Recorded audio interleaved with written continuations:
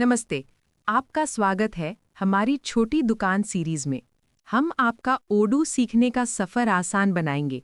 चलिए सीधे आज की वीडियो पर चलते हैं। पिछले वीडियो में हमने समझा था कि एट्रीब्यूट, वेरिएंट्स और यूनिट्स क्या होते हैं। अगर आपने वो वीडियो मिस कर दिया है तो पहले उसे ज़रूर देख लें। आज के वीडियो में हम सीखेंगे कि प्रोडक्ट कैटेगरीज क्या होती हैं, इनका उपयोग क्यों किया जाता है और ओडू में इन्हें कैसे बनाया जाता है।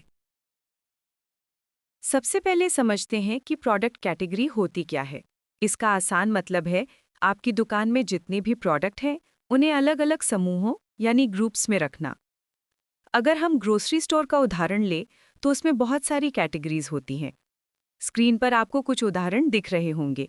ये सिर्फ समझाने के लिए हैं, जैसे ration, dairy products, oil and घी और मिसलेनियस। रेशन कैटेगरी में राइस, दाल, सॉल्ट, फ्लोर यानी आटा जैसे प्रोडक्ट आते हैं। डेयरी प्रोडक्ट्स में मिल्क, कर्ड, दही, बटर, पनीर, चीज़ आते हैं।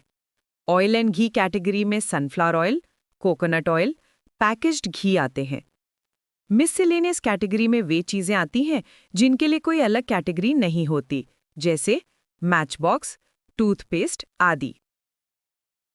जब आप ओडू का उपयोग करते हैं तो आपको कैटेगरी दो जगह बनानी होती है। पहली वेबसाइट के लिए, दूसरी पीओएस यानी पॉइंट ऑफ सेल के लिए। वेबसाइट के लिए इसलिए ताकि ग्राहक आपकी वेबसाइट पर प्रोडक्ट्स को कैटेगरी के हिसाब से खोज सकें। पीओएस इसलिए ताकि आप दुकान पर प्रोडक्ट्स को जल्दी ढूंढ सकें और बिलिंग तेज हो सके। अब देखते हैं कि ओडू में वेबसाइट के लिए कैटेगरी कैसे बनाते हैं और ये ग्राहक को वेबसाइट पर कैसे दिखाई देती है। सबसे पहले हम वेबसाइट ऐप में जाएंगे। फिर ई कॉमर्स मेन्यू में ई कॉमर्स कैटेगरीज पर क्लिक करेंगे। नई कैटेगरी जोड़ने के लिए न्यू बटन पर क्लिक करें। यहाँ कैटेगरी का नाम डालें। मैं उदाहरण के तौर पर राशन लिख रहा हूँ। अब सेव करें। बिना सेव किए कैटेगरी नहीं बनेगी। दूसरी कैटेगरी बनाने के लिए फिर से न्यू पर क्लिक करें। मैं स्क्रीन पर दिख रहे उदाहरणों के हिसाब से सारी कैटेगरीज जल्दी से बना रहा हूं। ऊपर बाईं तरफ क्लिक करने पर आप वापस कैटेगरीज की लिस्ट पर आ जाते हैं। अगर कोई कैटेगरी रह गई हो तो आप बाद में कभी भी न्यू बटन पर क्लिक करके जोड़ सकते हैं। अब चलते हैं आपके स्टोर के वेबसाइट पर। ग्राहक जब प्रोडक्ट खरीदना चाहता है तो वो शॉप पेज पर आएगा। राइट साइड में प्रोडक्ट्स दिखाई देंगे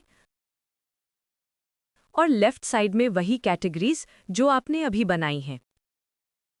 अगर ग्राहक किसी कैटेगरी पर क्लिक करेगा तो उसे उसी कैटेगरी के प्रोडक्ट्स दिखेंगे।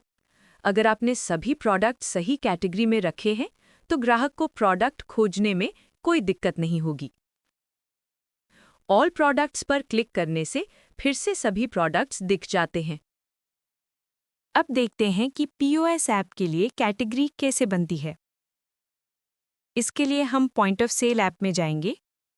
फिर कॉन्फ़िगरेशन मेन्यू में पीओएस प्रोडक्ट कैटेगरीज पर क्लिक करेंगे। नई कैटेगरी बनाने के लिए न्यू पर क्लिक करें। कैटेगरी का नाम लिखें और सेव कर दें।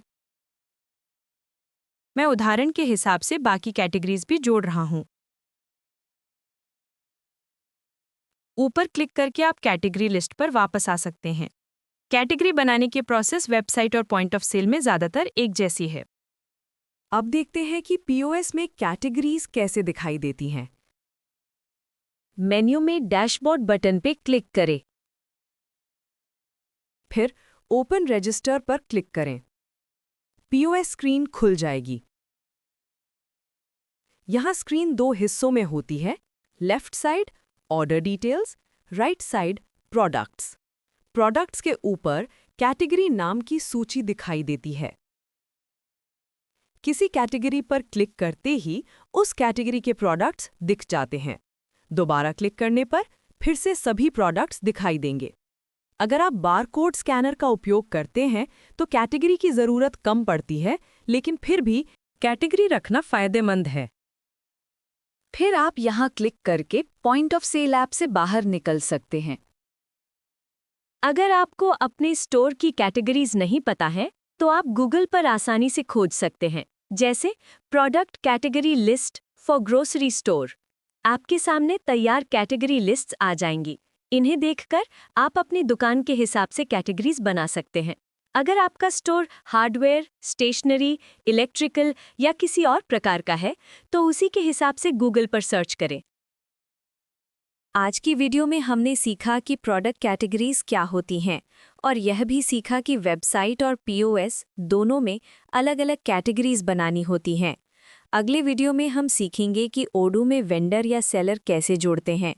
अगर आपको वीडियो पसंद आया हो तो लाइक और सब्सक्राइब ज़रूर करें। मिलते हैं अगले वीडियो में। धन्यवाद।